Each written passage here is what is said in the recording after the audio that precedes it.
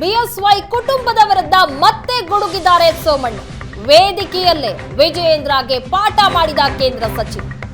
BSY ಕುಟುಂಬದ ವಿರುದ್ಧ ಸೋಮಣ್ಣ ಗುಡುಗಿದ್ದಾರೆ.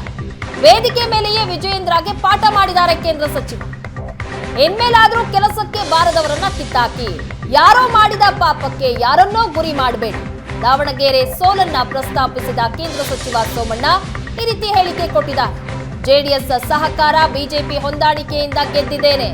ಸೋಮಣ್ಣ ಮಾತಿಗೆ ವೇದಿಕೆಯಲ್ಲೇ ಟಕ್ಕರ್ ಕೊಟ್ಟಿದ್ದಾರೆ ಬಿಎಸ್ವೈ.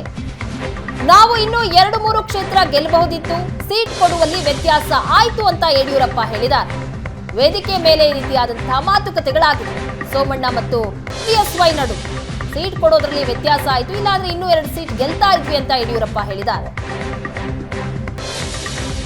ಇದು ಕೂಡ ಹೈದರಾಬಾದ್ ಕರ್ನಾಟಕ 7 ಸೀಟ್ಗೆ 5 ಸೀಟ್ಗಳನ್ನು ಕಳ್ಕೊಂಡಿರಲಿಲ್ಲ. ಎಂಥ ಸಂದರ್ಭದಲ್ಲೂ ಕೂಡ ಕೊಪ್ಪಳ ಇರ್ಬೋದು, ರಾಯಚೂರು ಇರ್ಬೋದು, ಬಳ್ಳಾರಿ ಇರ್ಬೋದು, ವಿಶೇಷವಾಗಿ ಗುಲ್ಬರ್ಗ ಇರ್ಬೋದು, ಮತ್ತೆ ಬೀದರ್ ಇರ್ಬೋದು, ಕೆಲವಾರು ನಮ್ಮ ಭಾವನೆಗಳಲ್ಲಿ ಎಲ್ಲೋ ಒಂದು ಕಡೆ ಸ್ವಲ್ಪ ಅಡವಟ್ಟಾಗಿದ್ದರಿಂದ ಇವತ್ತು ನಾವು ಆ 5 ಸ್ಥಾನಗಳ ಜೊತೆಯಲ್ಲಿ ದಾವಣಗೆರೆಯನ್ನು ಕೂಡ ನಾವು ಕಳ್ಕೊಂಡಿದ್ದೇವೆ.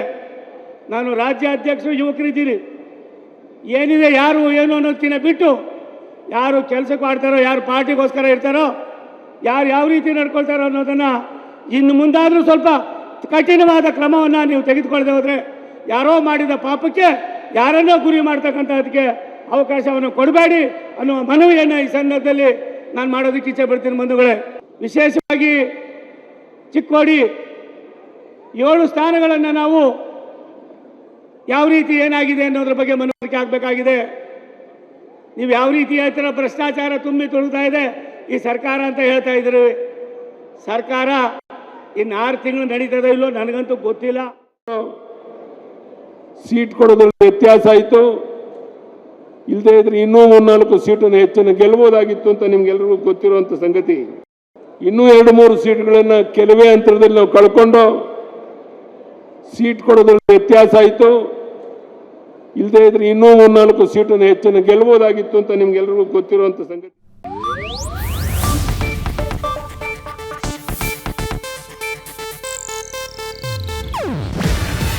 ಇದು ಏಷ್ಯಾನೆಟ್ ನ್ಯೂಸ್ ನೆಟ್ವರ್ಕ್ ಪ್ರಸ್ತುತಿ.